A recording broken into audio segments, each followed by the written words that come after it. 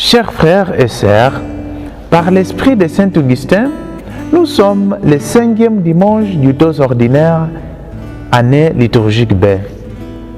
En ce dimanche, la liturgie de la parole d'abord à travers la plainte de Job, dans la première lecture, nous fait communier à celle de tous les hommes et toutes les femmes qui souffrent avant de nous convier à prendre la main que Christ dans l'Évangile tend vers nous pour nous faire lever afin que nous rendions les services à Dieu ainsi qu'à nos frères et à nos sœurs, comme l'apôtre Paul nous le dit dans la deuxième lecture. Donc, à vrai dire, pourquoi Jésus n'a pas enlevé la souffrance dans ce monde au lieu de juste guérir les malades? C'est l'une des questions qui se pose lorsqu'on a la souffrance physique et morale. Alors, nous allons découvrir la valeur rédemptrice de la souffrance dans cette réflexion dominicale. Dans la première lecture, nous trouvons cette œuvre de fiction qui se présente comme un débat poétique sur la condition de l'homme et aussi la question de Dieu. Dans cet extrait d'ailleurs, Job répond à ses amis à propos de l'origine du mal et la confiance en Dieu. En effet, Job utilise 3 registres suivants dans sa réponse. Premièrement, la vie est dure et marquée par la souffrance, une crevée. Deuxièmement, c'est une vie précaire dont l'horizon n'est que vide et néant. Et enfin, la vie est courte dont les jours sont plus rapides que la navette du tisserand. Effectivement, pour Job, plus tard, cette souffrance l'a ouvert à une nouvelle attitude spirituelle.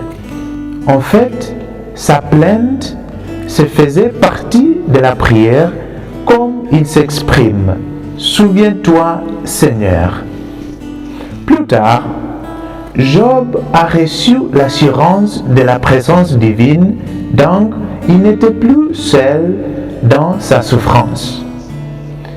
Qu'est-ce qu'on peut apprendre à travers cette lecture? Job est la figure de la souffrance humaine et la victime du malheur innocent. En revanche, Job a perdu sa famille, ses amis, ses biens matériaux et même sa santé.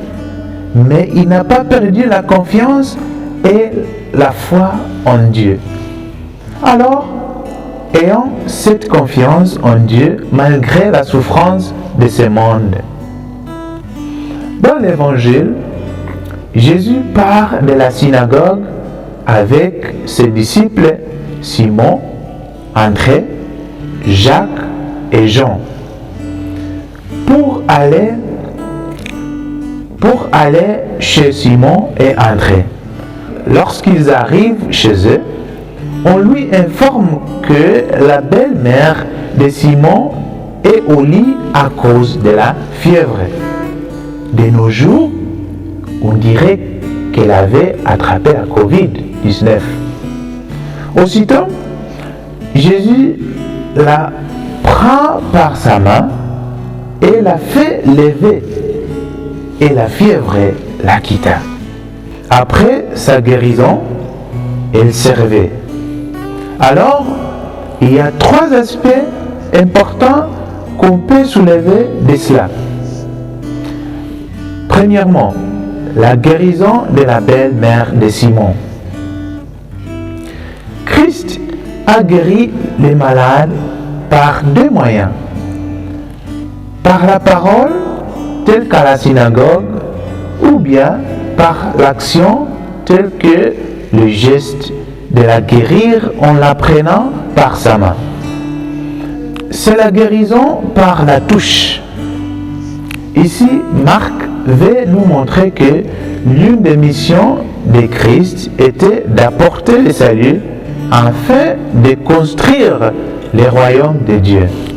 Donc, Christ a guéri cette dame pour la sauver du malheur et de la souffrance, afin d'être inclus au royaume de Dieu.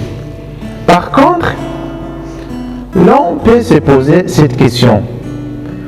Pourquoi Jésus a-t-il guéri les malades au lieu d'enlever la maladie qui nous fait souffrir dans ce monde?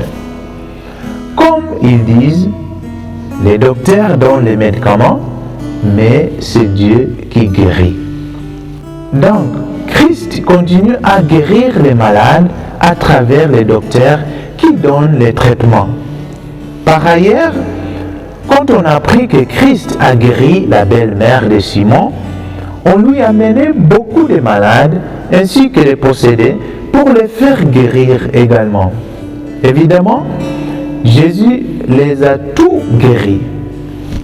Par là, nous voyons Jésus qui guérit de la particularité comme la belle-mère, à l'universalité comme tous les malades de la ville entière. Le deuxième aspect qu'on peut soulever de ce texte, c'est le service. Après sa guérison, la belle-mère de Simon faisait le service. En effet, Marc nous dit qu'après sa guérison, elle a commencé à faire du service. Pour nous aussi, après la guérison, nous devrions entrer dans la relation personnelle avec Jésus. Enfin, le dernier aspect, c'est Jésus qui prie à l'endroit du désert.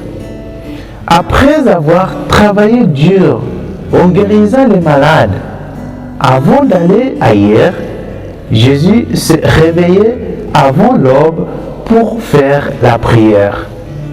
Il veut rester en communion avec son Père. On sait très bien que Jésus est le Fils de Dieu, mais il faisait la prière. Pourquoi pas nous?